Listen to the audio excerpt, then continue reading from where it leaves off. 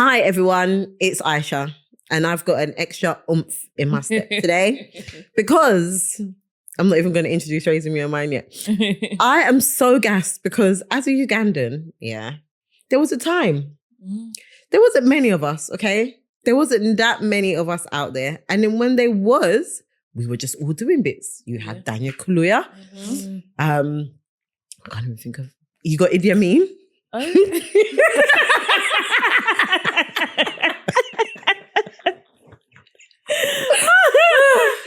Oh my God. But you know where I'm going. You know where I'm going. I'm gassed because we've got a special guest in the studio and she's phenomenal, okay? She was Miss Uganda from 2019 to 2022. Do you know what kind of reign that is? Exactly. You better speak on it. Do you know what kind of reign that is? Not only was she Miss Uganda, she's absolutely stunning. Like, gorgeous. I don't think her pictures on Instagram do any justice at all. She is gorgeous. Her skin is gorgeous. Everything is gorgeous. And she's here to talk to us about her journey of when she was Miss Uganda, but also a diagnosis she got whilst she was reigning as Miss Uganda of endometriosis, and her story and her journey and all the great work she's been doing to advocate and to bring awareness around endometriosis, as well as advocating and bringing awareness to different things that happen in Uganda. So I am very, very happy to introduce Caitlin to Raising Me on Mine podcast. Do you know what? I grew up with a lot of Ugandans, you know? Yeah, I grew up with a lot of Ugandans. So when everyone used to make out like you guys were this like minority, I was like, no, but I grew up, like, I know so many Ugandans, but I know what you mean about them. You know, there's a lot less of you compared to like a Ghana or Nigeria or whatever, but I always growing up around Ugandan people. Yeah, that was like the reason why I even joined Miss Uganda UK, because I'm based in West London. I live in on like Hayes, Heathrow side. Yeah. None.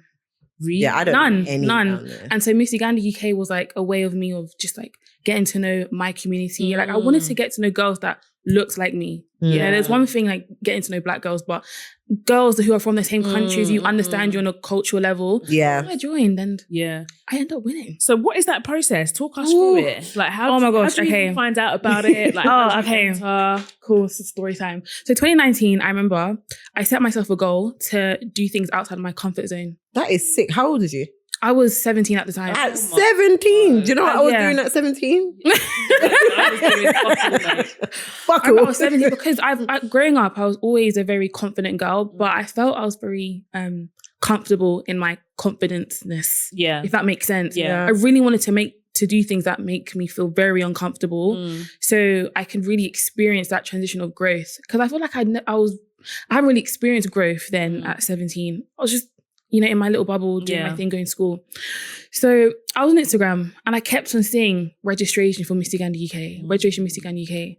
And I kept seeing it. And then the third week into school, I remember, it was school. I saw it again. I was like, do you know what, Caitlin, just apply. So I stayed behind school. I logged onto the computers in the IT suite and I did my application. Didn't really think much of it. Then like a couple weeks later, I get the email from the director, Jackie, saying, congratulations, you've made it to the next round. Amazing. To be a finalist. I was like, oh, I'm actually really doing this. I got a little bit, I was like, oh, Caitlin, you're actually doing this. So we had the kind of like a reception where all the finalists come and just we speak with the team, just kind of get to know all the girls. And I realized I was the youngest there. I was like, oh, Caitlin, this is really bad. That's a ball mission. This is really... I was the youngest. Everyone was 19, turning 20. I was in uni. I was in year 12. I was just a baby. I just started sixth form. I was like, no, Caitlin, let's just do this. And I realized that I found a really good sisterhood in the system. And just finding girls that understood me on a level that my other friends wouldn't understand me, because that barrier of that culture. People take that really lightly, and I think as I've gotten older, your parents always tell you like, oh, like, especially when it comes to relationships, stick with your own or whatever. Only when you get older, you actually hear what they're saying. You're like, you know what? There's so much things that like you don't have to say. Exactly. Yeah. They just get it. They just get it. Yeah. They just get it. And so we did training for 13 weeks every Sunday. we were just training how to walk in heels, talk, public speaking. And it was such a lovely experience. I think 2 weeks before the competition, I actually forgot I was competing because we had so much fun. And I kind of used my age as my superpower. And I say that to say, everyone was kind of older than me. They had more experience. They had a platform. And I guess I used my age to my advantage in a way of kind of using that youthful energy I had into the system, something refreshing. And so no one has won whilst I was 17. First of all, it's a Miss title. I'm a teenager. That's not kind of known to win a Miss title at your age. Right, okay. So I remember I went in the competition. The finale was the 28th of September, I remember so clearly. And I know 28 is my lucky number. I was born February 28th anyway. Oh, so you're 8 days after me. Is it? Pisces. So I just went in the competition just having fun. I said, Caitlin, just go out there, have fun. And guys, how they announced me, shocking. So I was contestant number 1. Then there's 2 and 3. Right. So second runner-up, second princess. She was contestant number 3. Then first princess, second place, she was contestant number 2. So when they went, I was like, that's fine. And also I won best catwalk as well. I trained so hard out. I trained so hard at home walking in those hills. Like, Caitlin, if there's one thing you're going to take away from this experience is getting that best catwalk sash. I remember I looked at my mum over the table and I was like, it's good, we can go home. So they announced those 2. I was like, surely they can't get me now. Like, no, I looked around, like, yeah, it could be her. Like, yep, done. I'm happy. I'm so content. Then they just announced me. I was like, wait, what? Me, little old me. But yeah, Caitlin, like, you actually did that. And it kind of really, it made me feel so proud of myself for just taking that plunge.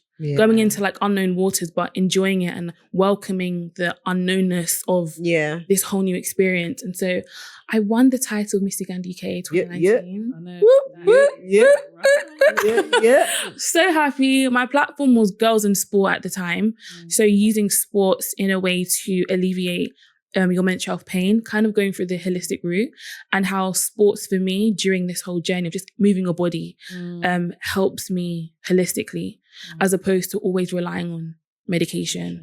And your mental health as well. Like, I come from a family where mental health is such a big thing. Both of my parents work in mental health.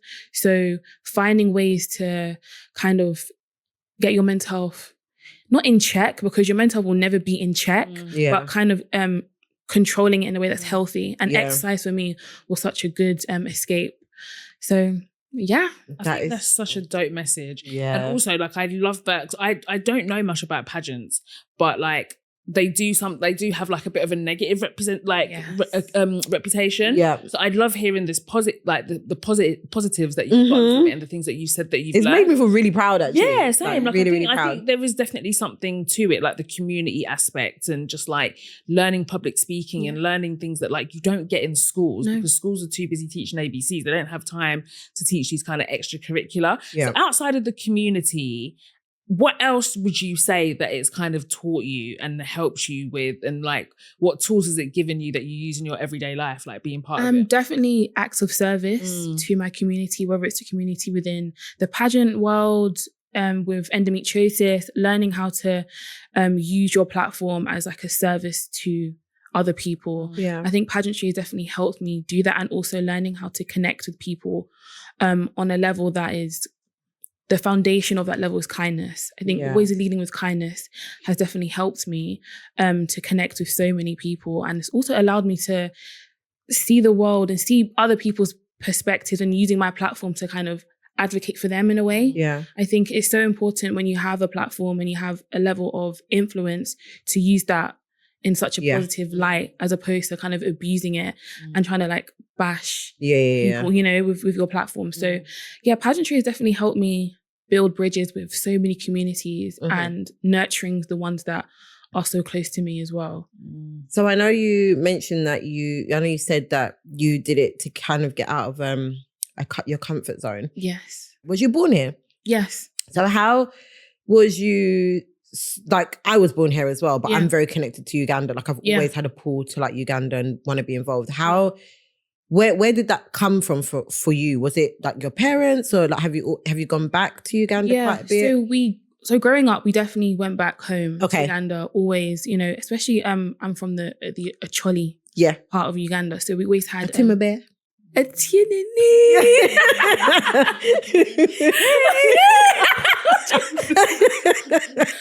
So every Easter we always have Law Cultural Group. So that's where like our tribe will come together during Easter periods or during like the summertime. So I was very well connected. I think what happened, that transition of adolescent age to teenage years, I feel like I kind of I wouldn't say lost my identity with where I'm from, but I just couldn't see myself around my area. And I think West London, where I live, you don't really bump into girls who are from Uganda. And so I didn't really tap into that until I was like 16, 17. I realized, wait, I actually don't have friends who are from the same country as me. I really want to. And I really want to kind of connect with girls, even if it's not friendship, really want to connect with my community, like the women within my community on a much deeper level. And so that's why I joined Miss Uganda UK, was to really connect with them, because that transition of going to my late teens, I definitely felt that kind of yearn to understand my community more, as opposed to just relying on family events, family trips back home to kind of build that for me. And how did your family take it when you told them you was going to be gosh. So I was upstairs in my room, and when I got the email to say that congratulations, you got the finalist spot, here are the dates for whatnot, I opened the door and my dad, he's up in the corridor. He was like, Caitlin, why are you smiling? I was like, Daddy, I'm applying for Miss Uganda UK. I'm a finalist. He was like, go you. He was like, high five, like, let's go. My parents have been so supportive of just like my whole journey to pageantry, even with like my endometriosis as well. I'm very fortunate as well to come from a household or to have parents that are not really your typical African parents, if that makes sense. They're very liberal in a sense that whatever it is that you do, number one, you do it with love. Number one, you welcome it. And also, we support you. Anything you do, we support you. Do you know what? I feel like the Ugandan community are quite good with that. I feel like there's two spectrums of like Ugandan families. They're either liberal, or they just don't talk about things. Yes. Ugandans don't tend to kind of ostracize you out. They're not that like, no, you can't do it, but they just won't talk about what you're doing. Won't talk about it. Or they'll be liberal and just be like, I support my kid. I support, do what you're doing. What do you need? Let's go. Or it's just like, okay, they're doing that and we're just not going to talk about it kind of thing. Where Ugandans don't tend to be that more like, we're casting you out of the family. Because I think it's all reputation as well. Because Ugandans are very, we're very like, not demure, but very like quiet. We're not loud. So we have no reason to be loud when it comes to things that we quote unquote don't agree with. So they will talk about it. So, okay, great, but next. And then, so when you won Miss Uganda, you said that you was doing, is it Girls in Sport? Girls in Sport. Yes. And then you went to, at that point, you hadn't been diagnosed with endometriosis. No. So I was such a late bloomer growing up. I feel like I've always been a late bloomer. I think I'm even experiencing like puberty part 2 right now. I feel like when all of my friends, they will experience it when they're like 16. How old are you right now, if you don't mind? I'm 23. Yeah. Just enter my 20s. So I started my period very late. 15. Yeah, I remember I started my period when I was 15. My mum also, she started her period when she was 17. So I feel like I've been in a family of like late bloomers anyway. They've always been very painful. And since 16, I've been on, I think, 8 types of contraceptive pills. Just because I think at that time, speaking about, gynecological issues and associated with young girls, it was never a thing. So when I go to the GP with my mum, even with my dad, like he would even advocate for me. He would say, look, like my daughter's in so much pain. Pill. Let's call it a day. Pill. I think I was introduced to codeine when I was 15. Wow. Yeah, cocodamol. They gave me that. And that really messed me up. It was so bad to the point where the schools they all knew, like everyone in the school knew, my head teachers, all my subject teachers, they knew every month for 2 days, Caitlin will not be in because it got so bad. Yeah. And at that time I was doing athletics. So I come from a family of like, just like sportiness. Like my dad, he was an athlete and I've always loved running and move my body. That was a really good way of me of like alleviating the pain. Yeah. Because I didn't really like relying so much on the codamol. Like it was so much on my body. And with Miss Uganda UK, what I realized with pageantry, most girls, they just get my platforms about women empowerment, which is great, but what does that mean? Yeah. You know, what does that mean? And I really wanted to use the phrase women empowerment and kind of niche it down so we are empowering ourselves through sports. Normally when we think of sports, especially athletics, football, basketball, rugby, they're more male dominated. So I really wanted to push that and like kind of break that stigma, especially around Uganda at home, to the girls who are in boarding school. You guys can actually do these sports. Like they're very traditional back at home. So even saying that, oh yeah, I want to do football. No, they can't. Yeah. That's not really known. Yeah. I really wanted to break that, number one, break that stigma of you guys can very much dominate these sports. Number two, we can also use sports as a holistic way to help alleviate so much pain when it comes to your menstrual cycle, as well as helping you with your mental health, because these girls, they may have great periods, but the mental health is not great because they're away from home. Yeah. You know, they're alone. They don't know how to kind of de-stress, you know, the pressures of their school, academics, you know, all that other stuff. Yeah. Move your body. Yeah. And releasing those endorphins really does help. So yeah, that was why I picked. So do you know Priscilla? So she's obviously she's got a platform called Girls Are Players. Yeah. She's doing something kind of similar. Yeah, in terms of like advocating for like young girls to get into sports, and I love that because it's not something that's really promoted for girls. Like I feel like it's still very male dominated. Yeah. It's still very much this thing of like, oh, you know, girls are just kind of trained to sit pretty and not really move, and I love that. Like I love the combination of like sports and beauty because it feels so polarizing. Like you're a pageant queen, but you're also like advocating for sports. And I feel like it feels so opposite because when I think of pageantry, you think of sitting pretty and not really, you know, not giving away too much because you're maybe hyper-focused on your looks. But I've just learned so much about pageantry in terms of like what it teaches you. Yeah. Outside of it just, and like you're saying that the number one thing that they lead with is about kindness and about, you know, what you can offer and like getting behind a cause. And they don't really promote that part of it. Like it's proper just made out to be like, oh, who's the prettiest and blah, blah, blah. But obviously you're gorgeous and that's like a bonus, but there's so much more to it. So I love that. So so when did you get diagnosed and how long? And would you say that when you were going to the GP and when you were trying to seek medical advice, were you being shunned? Were you being ignored? Were you asking for them to take deeper dives into what this could be? And what were they saying to you? So at the start, I would say my problems really heightened when I was 16. I feel like a lot of girls, 16 is like their magic number. I don't know why it's 16. So when I went into the GP, it's simply based off my age. Caitlin, you're young because you just started your period, you know, last year. Your body is just getting used to it, which was fair. I think that was understandable. Okay, maybe it's my body just, you know, slowly adjusting.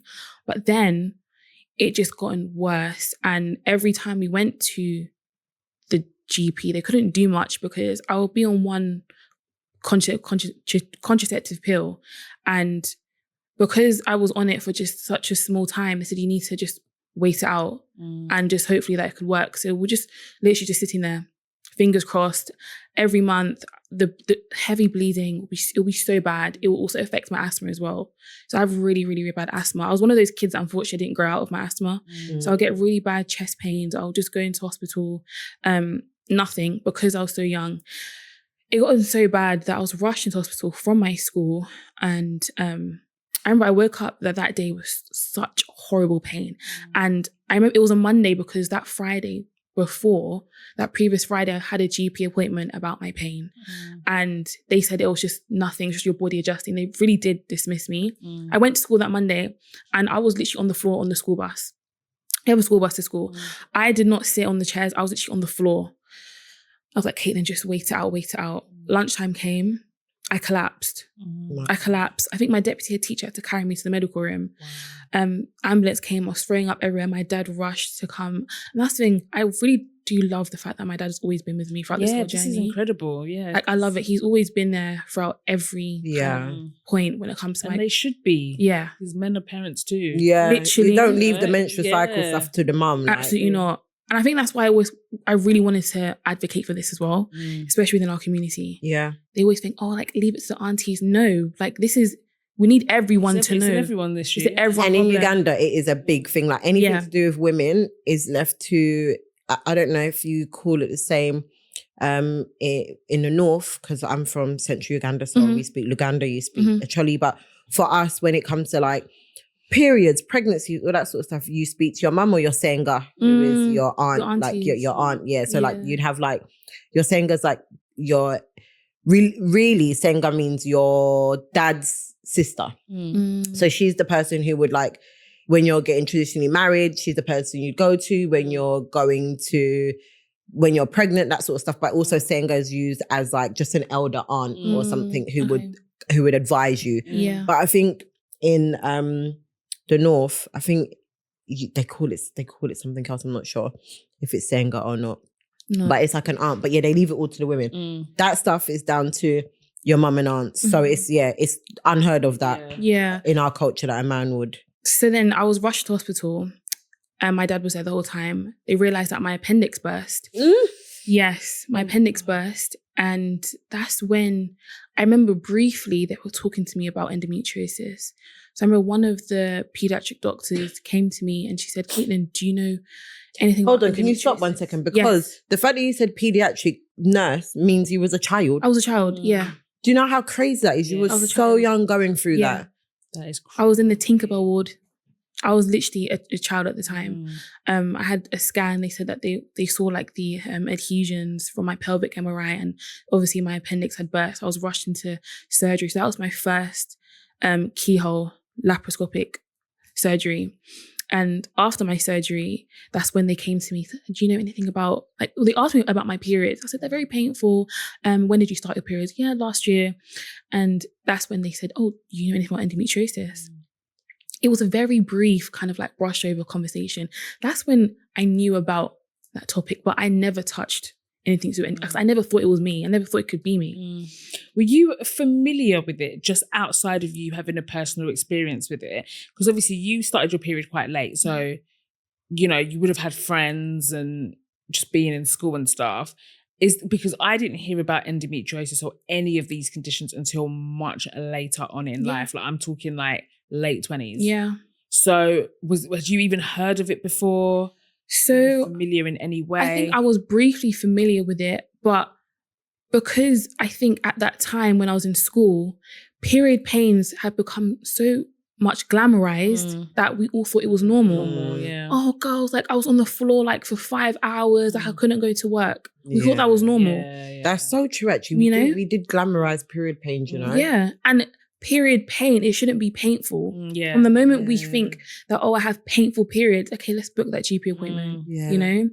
So it was there. I kind of had brief knowledge, but I never touched that topic because at the time I just didn't think it was me. Yeah. And it was very much until 2022, that's when the pain really started to kind of kick in. So had you gone on your, because when you were in Miss Uganda, you go on, is it a Queen's trip? But because of COVID, I never went. Okay, so I actually went on my Queen's trip this year. Oh, okay. With the 2 queens that were after me. So it was really like a nice little trip with us 3 going. Oh, nice. So you didn't have any of, what I was going to ask is, did you have this sort of pain when you went on your Queen's trip? But obviously you wasn't in Uganda at that point. No. Okay, cool. Yeah. So the pain was on and off, but because I was also running and doing my athletics, that kind of helped. Okay. And my diet has never really been bad. So I think nutrition definitely kind of helped alleviate some pain to some degree.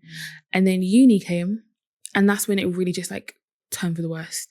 The pain was so bad.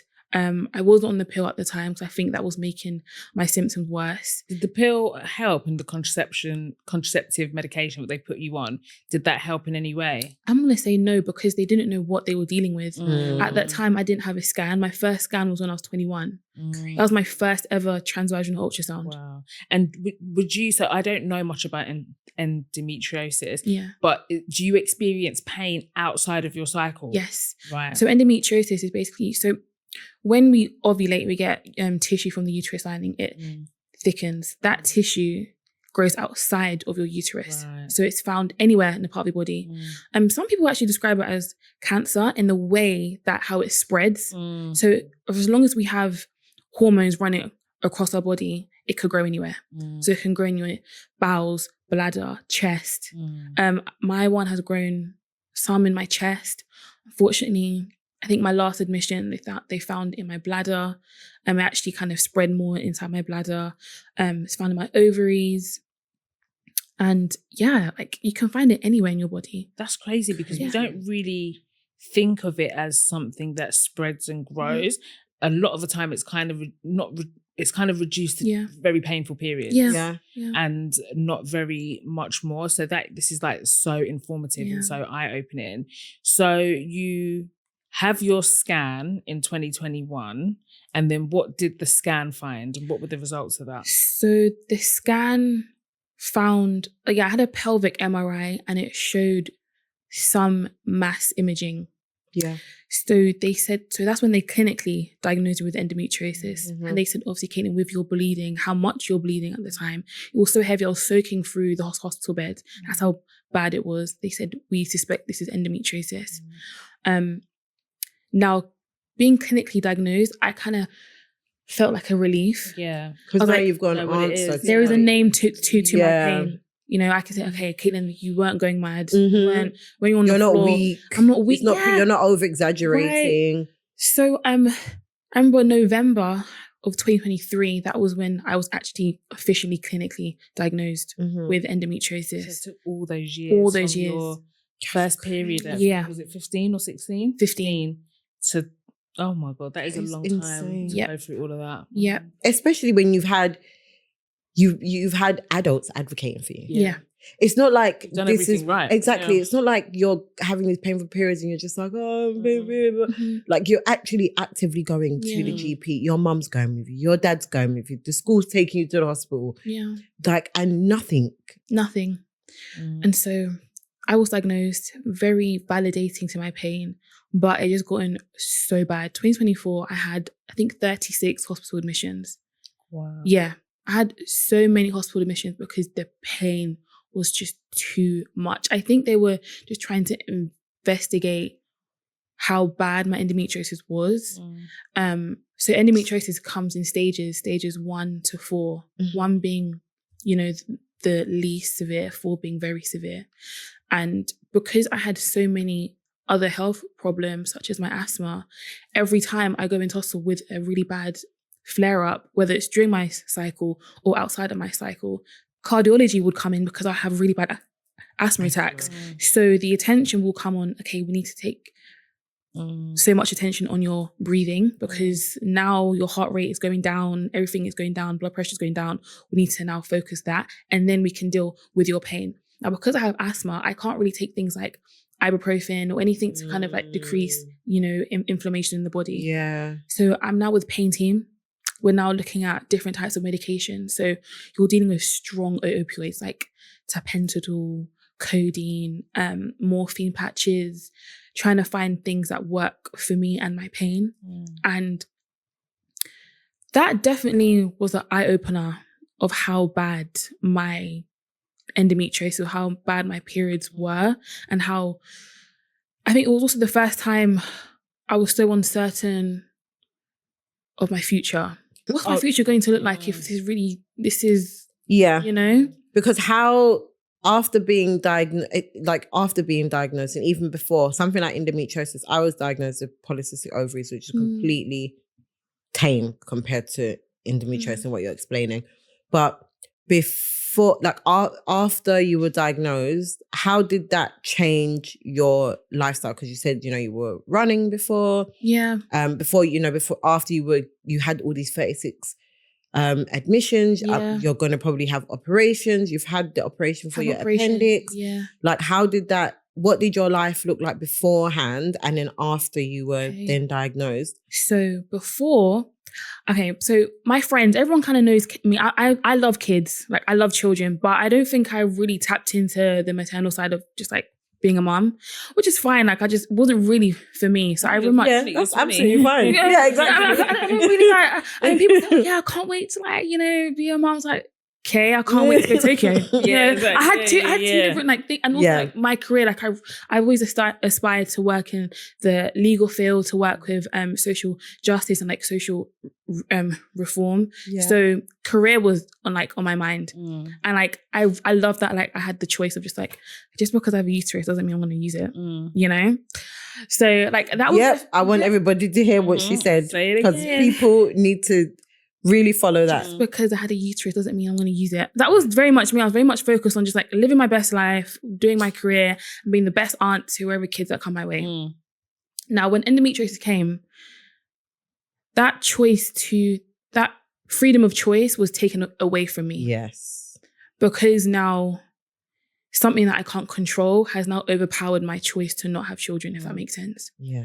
So that very much kind of put a massive pause on my life. I think endometriosis puts a pause on your life. Did they say that you're not going to be able to have children? Was that something that they said to you? Right. So I had my laparoscopy to actually diagnose me with endometriosis this year in March. Okay. It was so funny actually, because 2 days prior to my admission to hospital, I was in Thorpe Park. I was living my best life. I actually had a flare-up that morning, but I was like, no, Caitlin, you can't sit in film waiting for the next hospital. Go out and live your life. So I was out in Thorpe Park, and then we went out to the club. I got home around 4 a.m. But then you went to Thorpe Park and the club. That's how you know she's young. That's how I know you're young, because Thorpe Park is a club. Like, that is the equivalent of going to the club. So I went. I said, you know what? Yeah, the pain is there, but Caitlin, please do not allow this pain to really overpower and take authority of your life. Yeah. Unfortunately, I got admitted the next day. But at least you had the time. Yeah, thank God you went. Even after my surgery, I woke up thinking, I looked at my snaps, I was like, I did that. The time was had. But that surgery was so traumatic because that happened, right? Got admitted to hospital. I was in the SAU. So the SAU is the surgical assessment unit, where they just see what's wrong with you. I was there for 3 days. 4 o'clock, I went in and had my transvaginal ultrasound. It was fine. And then 7 o'clock, it was around 7, I was packing up my stuff. I was convinced I was going to go home, because normally I'm in the SAU to control my pain. Then I go home. Convinced. I even tell my mom, you can come pick me up. I update my dad, come pick me up. Fine. I'm now sitting on my bed. 5 doctors come into my room. 3 nurses. I was like, okay, guys, what's going on? I was like, I'm ready to go. Because I was expecting them to come with my discharge papers. Caitlin, it's bad news. We need to take you to theatre now. We've looked at your scans and your fallopian tube on your left side. Because I always complain with my pain on my left side. So my fallopian tube and my ovaries have been twisted. And so we need to now take you into hospital. Not to hospital, to the theatre now. Whilst that was happening, my mum was on the phone. Whilst that was happening as well, whilst mum was listening, 2 nurses, they were undressing me to get ready to go. And the other nurse was preparing my bed for the surgery. So I had no time to even kind of come to terms and digest anything. Yeah. Wow. So mum was on the phone. She's like, Caitlin, I'm on my way. Do not let them put you into that theatre room without me seeing without you. Yeah. Call my dad. My dad, I think he sped for 1 red light. He does not. He's getting to his baby girl straight away. So my parents came. My parents rushed, and they just explained, "Look, we need to take your daughter into the theatre right now." They went in. It was a mess. They had to control some internal bleeding before they even can actually go in. The surgery lasted about 6 hours. Whoa. Yeah, because when you look at endometriosis tissue, especially for Black women as well, I was so blessed to have a Black surgeon. So she was an endometriosis specialist. Oh God. Yes, I was so blessed to have someone like her. She said, Caitlin, the reason why it took so long, because tissue actually looks different in a Black woman's body as opposed to a white woman's body. Wow. I think this condition is even designed to diagnose white women, not us. So she was very careful, like burning the tissue. Like you have to be very, very careful when burning these tissues. So they found that not only do I have endometriosis, I have adenomyosis. My endometriosis was diagnosed to stage 4 at the time because they found cysts the size of a plum. They found 7 of them. So 4 on my left side, 3 on my right. So these cysts were like endometriomas. So it's cysts where it's filled with blood. So when they rupture and they burst inside, that causes really bad, like significant pain. So they took those out, and that's when I was finally referred to an endometriosis specialist in the hospital. And yeah, a couple months later, I'm still here. It's gotten worse. It has spread, unfortunately, to my chest and my bladder. But yeah, that surgery was traumatic. I think it was in March, July. That was when I actually came to terms with what actually happened. Because it was just too much. It was too much. The mental toll. Yeah, exactly. You know, I'm being educated to so much. The endometriosis I knew of is not the endometriosis you're talking about. I didn't even know it was in stages. Yeah. And I just think like reproductive health and stuff like that, just health in general, sometimes we don't really think about it if it's not something that affects you. I used to have bad periods when I was young as well. Now I look back, it was probably nothing compared, but at the time it was so bad. And they never diagnosed me with endometriosis or anything like that. They diagnosed me with the condition that you get when you've got really bad periods. I'm going to put it on the screen. When posted it. Because of the M, I think. Yeah, exactly. Yeah. And I had that. And I would literally, same thing, I'd be in school and I would be in agony to the point where one time I remember I had to go to my headmaster's office and just lie on it. He had a couch in there, boy. Oh my God. And they just put me in there. That was the only place in the school with a couch that I could lie down. I'm lying in my headmaster's office, bleeding, in so much pain, would be in an ambulance. I used to faint and vomit all the time. They never diagnosed me with endometriosis, but they diagnosed me with the other thing. Yeah. So, but I say all of that to say, it's like the education on issues that affect women is so minimal. Like I had no idea it could be in stages. I had no idea it could spread. In my mind, it was something that it was painful periods and it just kind of like. So I knew endometriosis was like masses. Yeah. Like I knew it was almost like tumors, like that grew inside because like I said, I've been diagnosed with PCOS. Yeah. But I didn't know the magnitude of what endometriosis can be. And obviously you've said the stages. So maybe what we know about it is stage 1. Yeah. Yes. Where it's very, like, but not the vast, all of these stages. And it's actually crazy that it's not something that's widely taught or spoken about. Because as like people always talk about like invisible disabilities and stuff, but like endometriosis is an invisible disability. Yeah, like exactly. Because how can you be going through everything you're going through and you're telling me that I should be able to do everything that somebody who doesn't have endometriosis can do or be given the same grace? No, there's adjustments that need to be made in my day-to-day life for things like this, you know, like if I have a job, if I can't come to work for a week or whatever, you can't then penalize me and just be like, oh, she just got heavy periods or she just got endometriosis or whatever. It should be something just like how neurodiversity is a thing where, you know, there's so many different variables of what neurodiversity looks like in the health world as well, just like disabilities where it's like, you know, like there's certain disabilities that like I'm trying to think off the top of my head, but like there's certain disabilities that now they class as invisible disabilities. I think endometriosis should absolutely be on there, but I also think it should be something that's taught in schools, in any space they're talking about women. It's become so normalized, and I think that's why I really have become such an advocate for endometriosis. I think last year when obviously that was in conversation, okay, Caitlin, you've been clinically diagnosed with endometriosis. When I was doing my research on it, I didn't see, the research didn't really reflect us as Black women. And that was really alarming to me. And it was concerning because when I would go into the hospital, do they know what the symptoms look like for me? Do they know the pain when I actually tell them I'm in pain? Are they actually taking me seriously? And when I look at all these BBC like articles, all these new articles, it was great. People who with endometriosis, they were telling their story, you know, and getting their push for their, you know, right treatment, which is perfect, which is absolutely fine. But they weren't Black women. No. And that was raising alarm bells for me. Yeah. And so my platform is essentially, I call it public cervix announcement. Yeah. Oh, I love that. Yeah. So basically a way of just sharing my story, but also sharing tips on how I advocated for myself in the doctor's room. Yeah. Where sometimes I've had to lie. Yeah. Sometimes you have to exaggerate those symptoms. You know what? Sometimes when they tell me what pain score, it was an 8, but I'll take to 10. Yeah, even 15. Yeah. It's a 10. My mum should always tell me, Caitlin, don't give them a reason to not kind of like pay more attention to your pain. Yeah. And so, it's kind of sad saying that I've had to like, you know, exaggerate my pain a little bit more. But why do I need to exaggerate my pain? You're not even exaggerating because you're actually going through agony so anyway. much pain. Yeah. I think as soon as they see me awake and alert and talking to them, all right, they're fine. Yeah, she's functioning. My last admission, I had to put my foot down. I think within day 3 of me being admitted to hospital, some of the doctors came in from the gynae department and they said, we feel like you should go home.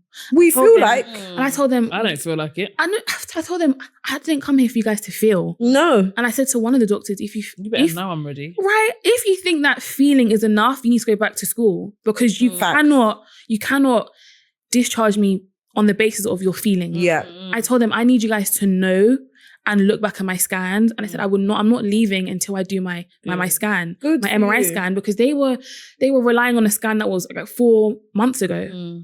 Why are you relying on a scan that's 4 months ago? When you know what stage I'm exactly and how quickly things can develop. I told them I'm not leaving until I get my scan. They did my scan and it showed. And doctors are the first to tell us that science trumps feelings. Right. Now you're telling me about now feelings. All of a sudden we're leading with emotion. It's so tricky, isn't it? Because, you know, I know that they are run off their feet and all the rest of it, but you have a duty of care. Yeah, but at the same time, I'm sorry that I can't think about that when my whole entire life. Yeah, you have a duty of care, especially when it's things that can be avoided. Yeah, or because afterwards we hear stories. When things are fatal, and a lot of the times it's little mishaps that were ignored. That if the right level of attention was paid, we wouldn't be in these predicaments. But we talk about, obviously we're a mummy podcast and stuff like that. But like we talk about Black women in particular, their experience in the healthcare system. Yeah. Would you say that any of it felt racialized at all? Oh, or did you have a positive experience? I think in the start I had a positive experience because I had my parents, but obviously now I'm a bit older. I'm in hospital kind of. You're an adult. I'm an adult now, right? So just stuff like them saying that we feel like you should just go home. What does that even mean? We feel like you should just go home. I think that was also like my first time having to put my wall up when it comes to the healthcare system and how they kind of see me as my pain. They're not taking me as seriously, especially my GP as well. Like, oh my gosh, like bless them. I can appreciate the pressures of, a GP, but I would go to, let's say like my GP, I'll tell them, look, I'm in so much pain. They're like, yeah, okay, I'm going to put you on codeine again. I was like, no. Yeah, can we investigate what's causing it, maybe? Exactly. I need a bit more. I think the difference is they need to really start allowing young women and girls and people who menstruate to have the option of having a scan. I think scans can tell so much as opposed to just, here's some pain medication, call it a day.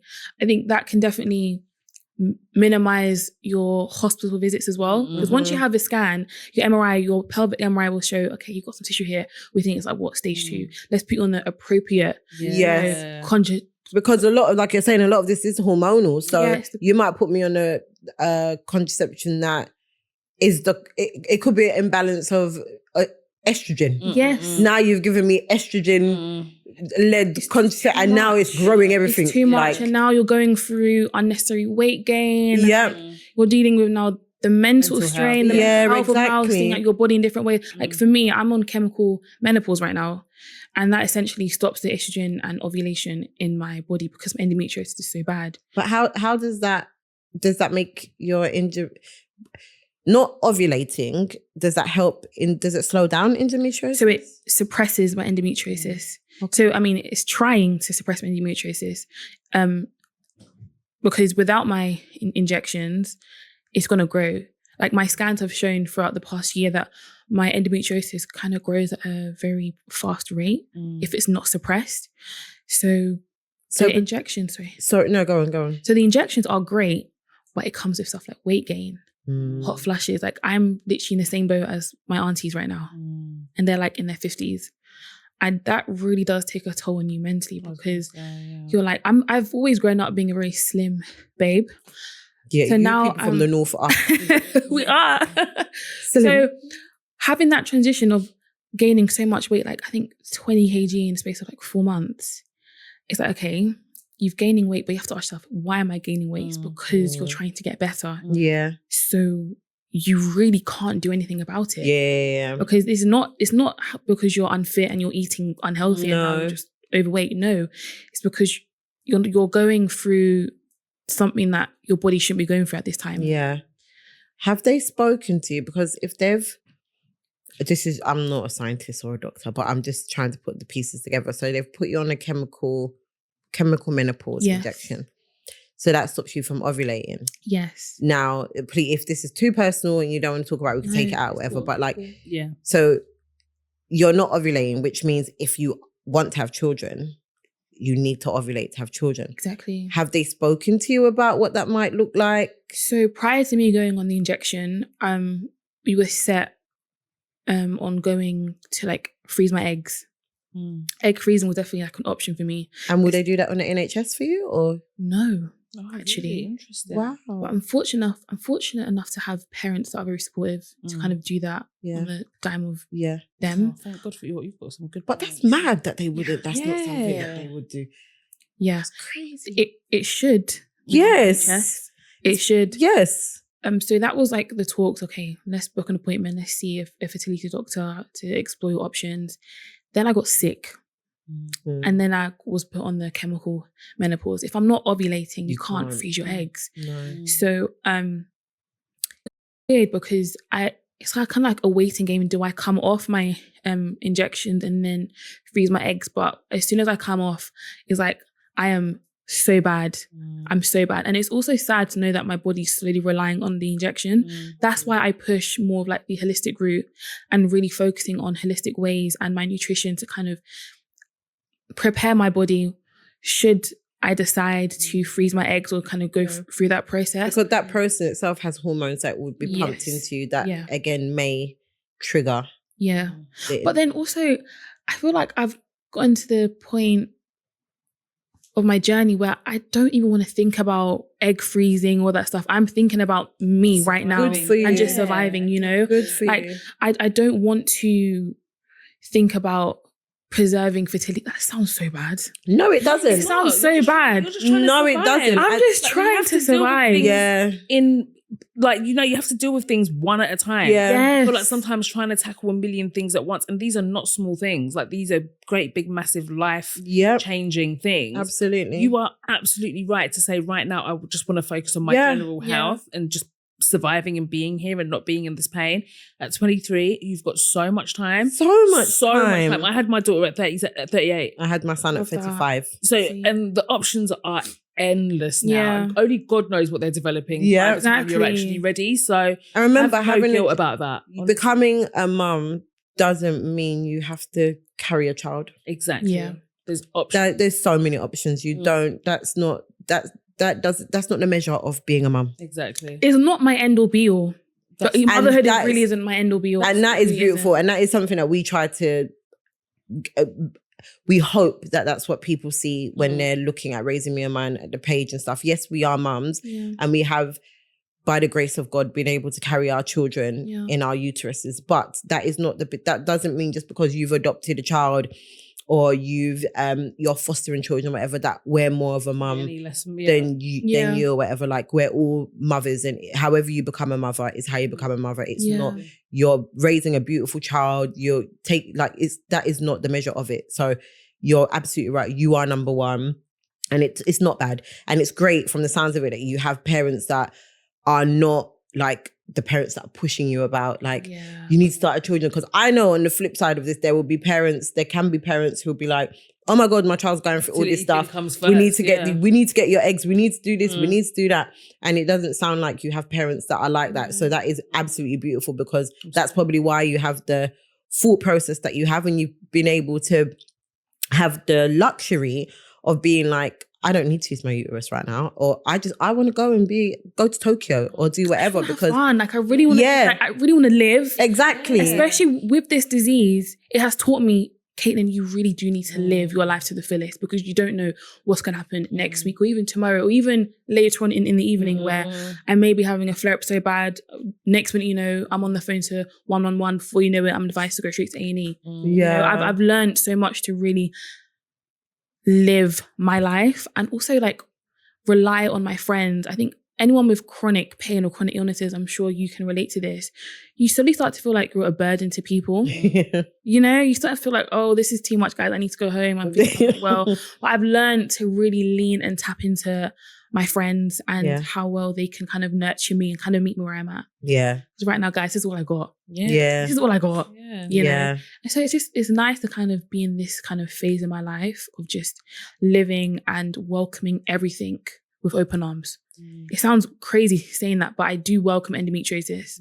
I do welcome the pain because if I don't welcome it, I'm going to avoid it and that's going to cause so much more damage to me as a person. Yeah. So I really do try to like, hey Endo, it's me, Caitlin. Hi, let's work together and see how we can live this life. I love that. I love that you're actually being proactive and you're doing stuff about it and you're not, you know, burying your head in the sand. Exactly. You're not burying your head in the sand because that's how we're going to get results when we tackle things head on. Just quickly, then I want to speak to you about some of the other work you do, especially surrounding like period poverty and like sort of menstrual health and stuff like that. But before we move on to that, is there anything now looking back in hindsight, now that you've been on this endo journey for a long time and you're fully versed in it and really clearly well educated and taught me so much, so thank you.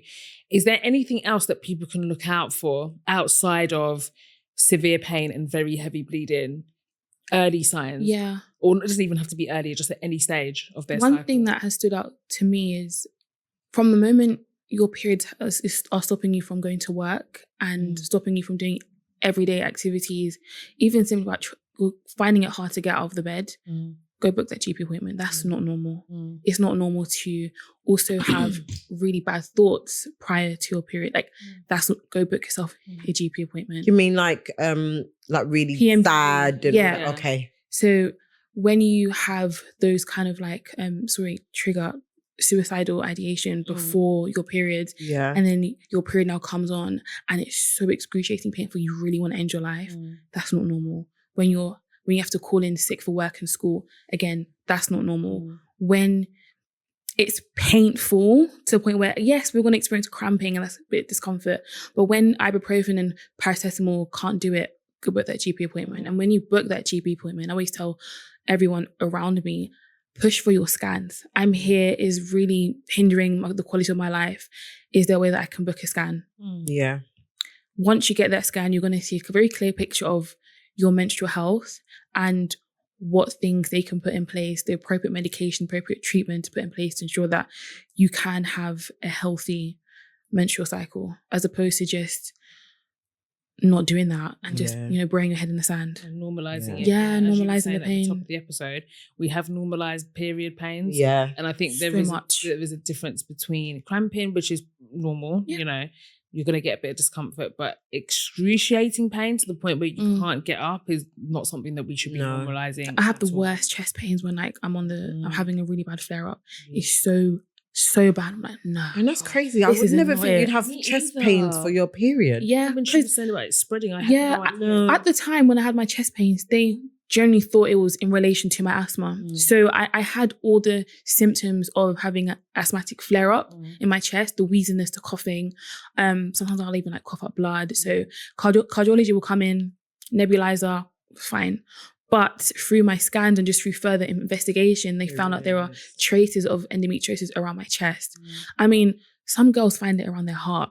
That is crazy. It can grow anywhere. I know some girls that have stoma bags because the endometriosis around their bowel, the tissue gotten so sticky and everything is so stuck. They can't no longer use their bowels. Wow. So, yeah. This has been so eye-opening. Honestly, I didn't know half of this stuff. And I know, just off the top of my head, a few of my friends that have said they've got endometriosis. And all of them, I remember growing up, had really bad periods. Yeah. So I do push them because, again, PCOS, and I've had miscarriages and stuff. I push my friends a lot with their women's health checks and stuff. Half of them don't listen to me. They're like, yeah, we'll do it. But now I'm going to be like, guys, do it. It's serious. Yeah. Okay? You're not even a teenager, actually. You're a big woman who's going to be almost 40. You don't know what's going on inside of you. Come on. Pushing 40, come on, go to the hospital. Get your check. Pay for a scan. Don't you want to live? Honestly, pay for a scan. Pay for a scan like a wig. Yeah. I say to my friends all the time, and if it wasn't for GDPR, I would say your names on here. But like I say to them every 3 or 4 months, I'll literally send them a link. Book their health check. And I'm always like, you spend this on food, you spend this on alcohol, you spend this on hair. Book it. Book the health check. Get a blood test. Do whatever you need to do. Have any of them done it? No, but I will be absolutely, and you know exactly who you are. You know exactly who you are. Yes. I'm going to be on your next because it's ridiculous. It's like, because you also owe it to your future self to ensure that you can live a very healthy and fulfilling life, whilst also having this condition. But if you catch it early and you stay true to the treatment and you have a very positive mindset of this whole disease, you can live your life. And it's scary. The thing is, I know people are scared of the results. People are scared of what a doctor may say to them. And it is scary, right?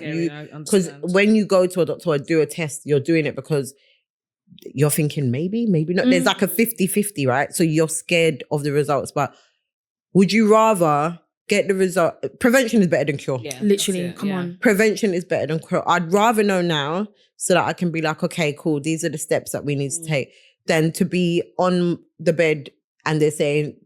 And also being on the bed and having that anxiety of, what is this? What's going on? And then now the next month, okay, what's this? You'd rather just like, okay, shut it down. Let's go. Okay, just... Yeah, it's going to be upsetting. It's going to be sad. No one wants to hear bad news. No. But when you have a name to your pain, when you can name your pain, that means there's treatment. Yeah. You know, at the end of the day, the doctors, they are your biggest cheerleaders when it comes to, really wanting you to get the best treatment. But you do have to advocate for, especially Black women. You have to learn how to put your foot down and really advocate for yourself. Speak up for yourself. If things are not right in the hospital, if you feel like this pain medication is not working for you, you tell them, no, I don't want this anymore. Yeah. Can we explore something else? What's the next best hospital for me that specializes in gynecology? Yeah. Ask them to transfer you. Really push for the referrals to see all your specialists. Yeah. You have to do that. Because again, you owe it to your future self to have a fulfilling life. Absolutely. Yeah. And I feel like all the running around in circles because you're not going directly to the issue. Do you know what I mean? You end up in A&E. They just take you on this never-ending cycle of just like nonsense, when really and truly, if you had done the scan early, you'd just be pointed in the right direction. Yeah. You know what I mean? And avoided all those other like spots that you didn't need to even enter. You had no business there. I remember a story, this like a little like story. I remember when I was in hospital in April, one doctor came to me, I think it was like day 4 of my admission, and he said, have you thought about having kids? Having children can cure your endometriosis. I've heard that. Yeah. I've heard people say that. Yeah, he said it to me. He was like, have you thought about starting a family? I know where the endometriosis can... Yeah, but like, also... crazy. That's a bit I have to say that. That is crazy. Because where do you think I'm just going to rustle up a man? Exactly, just rustle up like, sperm. Also, I'm bleeding like mad. I'm in pain. Do you think the last thing I'm thinking about is a relationship? Also having a child, and who's going to look after that child? It's not going to be me. I don't have the energy to do that. And also, when you're pregnant with the endometriosis, please tell me, what does this mean? So what's the pregnancy going to, what does it look like? What are the complications? I think that's too... How am I... That is, like, saying that is one thing, but it's kind of mad that you're telling me this while I'm in the hospital. Yeah. And it was so... I say this story to not only expose doctors that are really crazy with these statements, but how they can really overlook you as a patient. Now, at that time, I've also been diagnosed with adenomyosis. So again, similar tissue that's growing in the walls, the muscles of my uterus.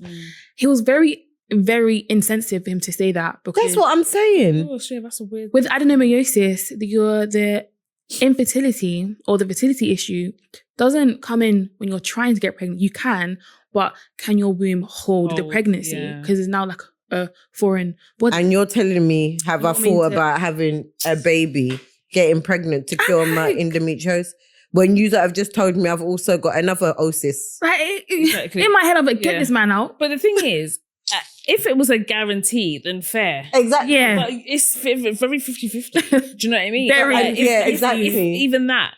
That's mad. That's a mad thing. I love that I absolutely love how you advocate for yourself. Yeah, and I love that even though all of this stuff that you're going through, because you're sitting here stunning, beautiful. Never know, talking about all of this stuff that has got me thinking like, what the hell?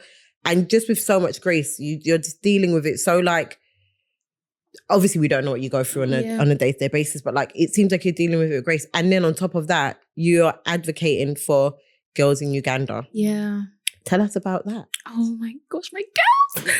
So I went to Uganda this year to really advocate for menstrual health and breaking that stigma in the schools on just blood, periods, and everything in between. I think girls in Uganda, they are very sheltered when it comes to their periods and their menstrual health. So it's all about breaking that stigma and that cycle. Let's talk about blood. Let's talk about menstrual hygiene. Well, not blood as like in a bad way, but let's talk about the types of bleeding that could come. What to look out. So we went in July. And where did you go? So I went to Kitgum Girls' School, Kitgum YY Okot. So both of these schools, my mum, she actually went to those schools. Oh, so it's kind of like a nice way of kind of going back. Yeah. And I went to Entebbe Girls' School and Winyange Girls' School as well. That's around Ginger. Yeah, my mum was born in Ginger. Really? Oh, I loved beautiful scenes there. So nice. So we went. I've got to take you to Uganda. Yeah, I really want to go. No, Audrey, Dirty December. Uganda. Are you going? I heard it's lit. DLT are there this year. Yeah, DLT. Yeah. I cannot, and that's stupid. I'm 7. Actually, let me not say stupid because you might want to invite me. You might want to invite us. But like, they're having elections in January. Yeah. So that's why I'm not going this year, because elections usually get a bit messy. But DLT are going, so it can't be that bad. Yeah, can't be that bad. I'm sure it'll pick up after the people party. Enjoyment there. Wow. So yeah, just going to schools and kind of breaking that stigma and opening conversations, and also using sports as a way to kind of create that sisterhood in a much more intimate level. Yeah. They can enjoy sports knowing that, okay, there's 3 girls that are going through their menstrual cycle. Let's think of like a nice little exercise activity. So what I did, I brought like exercise equipment. So, we did like sports day stuff. Yeah. So we did like a massive like sports day in the school, and I donated all of the equipment to the schools, and I told the teachers, look, when the girls ever feel like they need to kind of like alleviate some pain and just use the equipment to kind of, play some sports together, let them do that. And it was so fun. It was so fun, but it was also like an eye-opener to me to really place emphasis on education. These girls, they don't know a lot, and it's not their fault. I would say to an extent it is much more the responsibility of the teachers now, because we are now in a new kind of like way in this society where we're much more open with these conversations. I was explaining to you before we started, Audrey, the stories. One school, I think it was Entebbe Girls' School, I was just sitting down with the girls, telling them about their periods and whatnot. And Entebbe is a very rich area. Which is very surprising. Yeah. Like you would expect those schools to educate the children on everything like sexual health, if you get what I mean, like to give them that. Most of these girls can't afford periods. Not periods, pads. Well, they can't afford their period pads. So they would go out in town and like guys would basically exchange sex or food. Some girl said, I can get chicken and chips for my pads. I'm like, girls, this is not it. Yeah, not at all. And because I traveled with 2 other girls who are part of the system as well. One girl, she's called Faith. She advocates for vocational skills. We kind of teamed up together to show them, look, you can use your skills like sewing. Not many girls or not many people in this life are going to be academically smart and kind of like tap into that to kind of get a career. Use the skills that you have. So most of these girls, they love to sew, they love to knit, they love to make things. Let's find a way you can make your own sustainable, reusable pads. And not only can you make your money from it, but you can sell it yourself. Yeah. That's now entrepreneurship, showing that you don't need to rely on a guy to kind of like get yourself in a financial situation. you can feel empowered to make something, sell it, keep your money, and also save the money for something. If you want a phone, if you want new clothes, if you know, just learning how to like save. And now that's also financial literacy, opening doors for them to kind of like know more of themselves. And also, let's steer away from these men in you know, in Uganda. This is very dangerous for these girls. Some of them had very traumatic experiences where they were confronted with assault, sexual assault, at the price of period pads. And they don't realize that that was wrong. But because they got the pads and mum and dad, they don't need to worry about my pads because they don't want to talk about it. I'm fine. And that's not fine. No, that's not fine. It's not a way to live. You just didn't think that men could reach any lower. Literally. It actually didn't. And then you're here just like blackmailing and like sexually coercing young girls into getting their period pads. Like, it's really disgusting. How often do you do that? How often do you go to Uganda to do that? I went this year. We're planning to go next year again. I really want to go on a much more bigger scale. So teaming up with companies and businesses that work with reusable pads, hopefully working with them to kind of donate all of that stuff. Please keep us up to date. I would definitely love to come. I would love to be involved in that. Yeah, please. Like, me and Faith, we're planning to go next year. So that's still in the talks. I will definitely update you. Absolutely. Yeah. Please keep us up to get behind. Yeah, because that's not on. That is it's an amazing thing. Like I said, with everything that you personally you have to deal with and go through to channel your energy into a cause like that in Uganda, where you know you could have done something here. Because you know what, I think I know I'm ill. I know I'm not. When I go to Uganda, I'm not 100% the best, but I have the privilege of leaving that country to go and see either a private doctor, and to also have paracetamol. They don't even have access to that. Yeah, you know, I have that privilege of going back to get the best healthcare, to get a hospital bed, hopefully. So. Yeah, I can have a flare up there, but it doesn't compare to what these girls are going through, if that makes sense.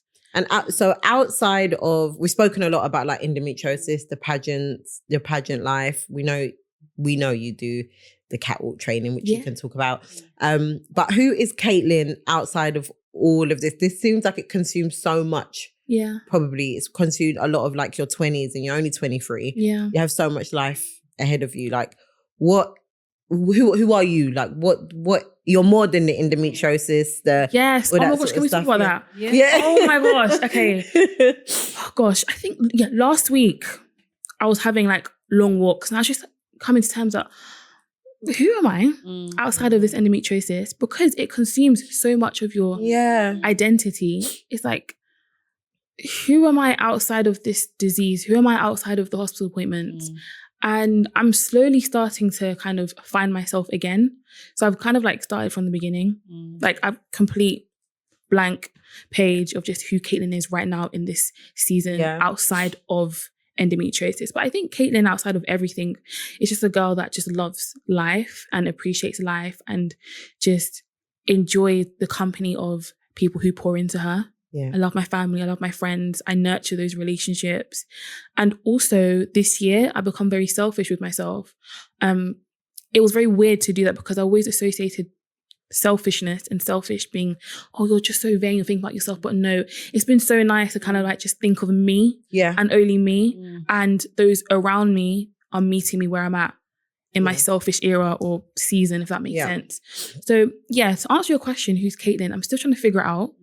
I'll let you guys know. You guys update. Your update. Yeah. But yeah, I'm just like enjoying my time, like my own company, in this season. And what do you do outside of your advocacy for menstrual cycles, girls in Uganda, and your public service announcement page? What do you do outside of that? So I do my pageant coaching business. Now I had to get really creative with it because obviously with, you know, these flare-ups, how can you really connect with the pageant community whilst in the comfort of your own home? So I do a lot of like online sessions with girls, online packages. I like to like inform myself with like new different systems, reach out to girls, talk to them.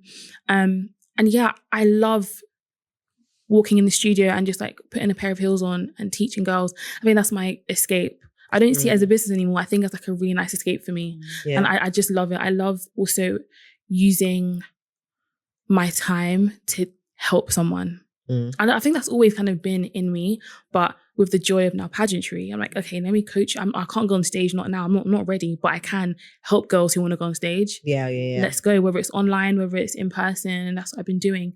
So that's kind of taken up most of my time, but I do love it because I'm doing it on my terms. And the girls so far that I've trained and that I've continued to work with, they not only take a chance on me, but they're aware that who Caitlin is, someone that is going through all this pain, all this endometriosis, all that stuff. Yet they still take a chance, and yet they still vibe with me. Yeah. And they go on stage and they win and they place high. And it's so fulfilling that they took a risk, because it is a risk. You really want to have a coach that's consistent. Yeah. I try to be as consistent as possible, and they always want to come back. So yeah, that's just who I am. That's what I do. That's incredible. Yeah. You are amazing. You really are. Honestly. You're such a ray of sunshine, man. You really are. For 23 to be so like articulate. I can't believe this is your first podcast. You need to do more. Yeah. Because you know it is like I'm talking to people that love to talk back. Yeah. Love it. You've definitely got that gift of speaking, and you've really educated us. So thank you so much for your time. And I just think that you're just so articulate.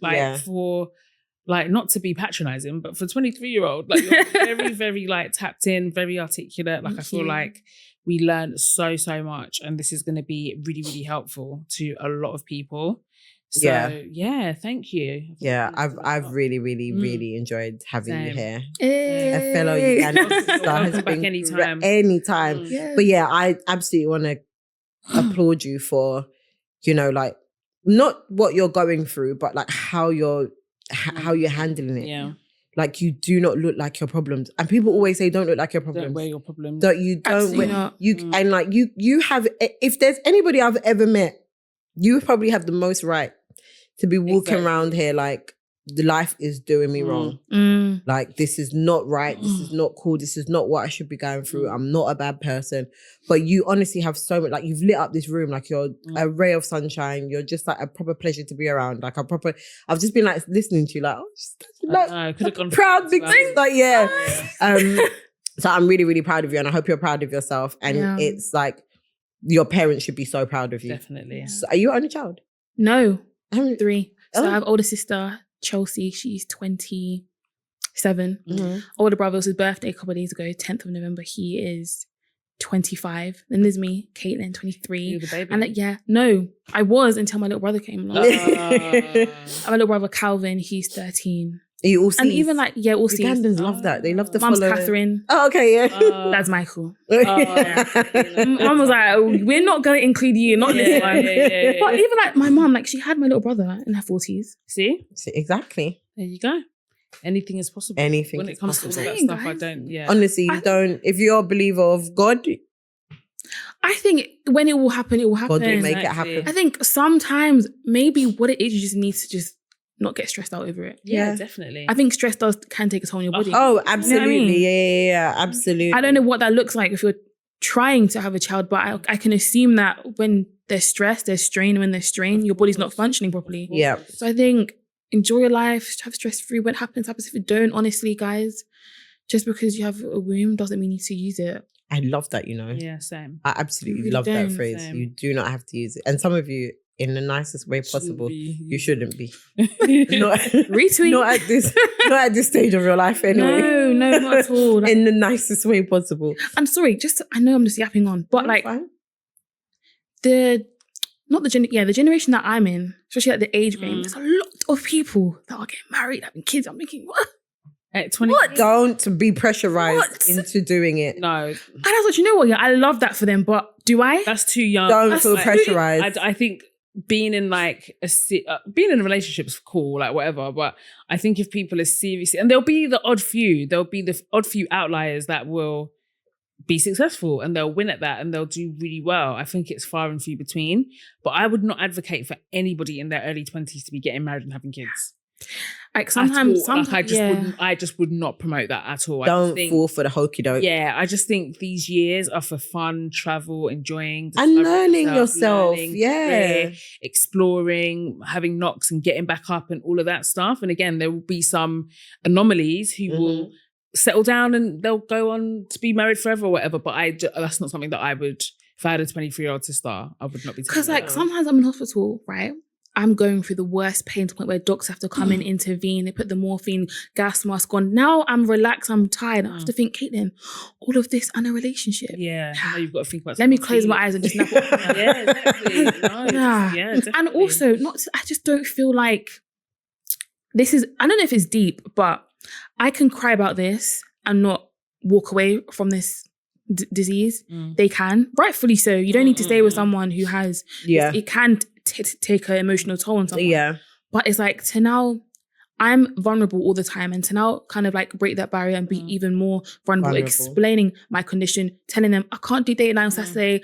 I'm in hospital. You know what, Caitlin, I don't want to do this. Bye. Fine. It's upsetting. Now I have to do it again. No, I'd rather just let me not do that right now. But on the flip side of that, there will be don't block yourself from having someone in your 100%. Life because you feel like you're a burden or they won't understand it, because there will be somebody who will be there and hold your hand through it all and will not leave your side. Do you know what I mean? So you are deserving of it at the same time. It's not something like, oh my God, they're gonna have to like adjust. They'll want to adjust because they're there for you. But I understand. I just feel like right now also I say that I just don't think I have the emotional capacity and that's fine to even like transfer energy that I do not have into something else. That's absolutely fine. Real life health issues, like you're focused on that, and that's completely fine. And also, you're 23. Exactly. The men are not going anywhere. They're not. And nowhere. If you were 45, nowhere. The men are not going anywhere. Exactly. They are still here. Exactly. Yeah. Aww. That's just me. That's Caitlin. You're fabulous. No, you've been amazing. Honestly, I've really enjoyed having you here. Same. Yeah. So yeah. Are you guys even picking me? No, like, of course. Come on here. I like a platform to like share my story. Put the spotlight on you. And she was like, I think she'd be great. And I saw your page. I was like, yeah, absolutely. Yeah, no. So, I'm glad that the turnaround was very quick and we got you in. Yeah. Hey. What's your plans for Christmas? Christmas with the family. We do matching pajamas every year. Oh, nice. I think we're on like our 10th year doing matching pajamas. We're just going to stay home, chill. We love a good family Christmas. At home. What else? New Year's? Probably go out. Yeah, so you should. Good. Probably go out. There's always an event happening. Yeah. Always. There is. You know, and you know what? I may have an admission here and there, but you know what? That's just part of my journey. I just really learn how to just like get back up and just, okay, we're going box park next week? Yeah, right, cool. Yeah. Good. You know, it's kind of like, I don't like to sit and like, I don't like the pissy. I don't like sitting like, you know, I've rested. All right, okay, girl, let's go out for some dinner. Yeah. You know, let's just keep it going. It's always going to be there. Like the reality is I'm always going to, hospital, we go like this. Let's also keep going. Yeah. That's my plans. We're just going to chill, eat food, watch Oliver Twist. We love watching like all these films during Christmas. Me and my mum, we love Oliver Twist. Yeah. Oh, bless you. Yeah. Oh, well, we hope you have a lovely Christmas. Tell the people where to find you. Guys, you can find me on Instagram, Caitlin Ochana, CAITLIN OCHANA_. Clock that. Or if you want to just follow my endometriosis journey, public cervix announcement _. You can find that on my bio, my main page, Caitlin Ochana _. Yeah. Thank you, Caitlin. Anytime. And yeah, we wish you the absolute best. And yeah, keep us up to date with anything that you're doing, especially when you're going out to Uganda. Let us know. I for sure will definitely, if I can make it work, come with you guys as well. So yeah, Audrey, it's been me and you. Yeah, exactly. We are wrapping up like the year now. I know, yeah. So yeah, if we won't be back until the new year. Yep. Wait, so this is like the last episode of the year? Well, potentially. Okay. Yeah, potentially, but just doing two like... Anyway, yeah. Have an amazing Christmas, guys. Have an amazing New Year. Thank you so much for all the support that you've given raising me and mine. Yep. We wouldn't be here creating this podcast, doing everything that we're doing if it wasn't for the support and the engagement and the community that we've built. So we are so, so grateful. Shout out to Isle of Pods. which is where we record. Arta and John, our favourite people. Gorgeous studio. We get so many compliments on the studio and the backdrop and the lighting. And yeah, they just bring it to life. Yeah. And they make recording so smooth and they make it so enjoyable. And we genuinely feel like we are at home. So I think you guys might be able to hear this. So if you want to record a podcast, check out Isle of Pods. But don't be taking up too much space. Yeah, honestly, we are priority. Arta and John, don't be giving them our... But yeah, definitely check them out if you want to record or you're looking for a studio. But yeah. Bye everyone.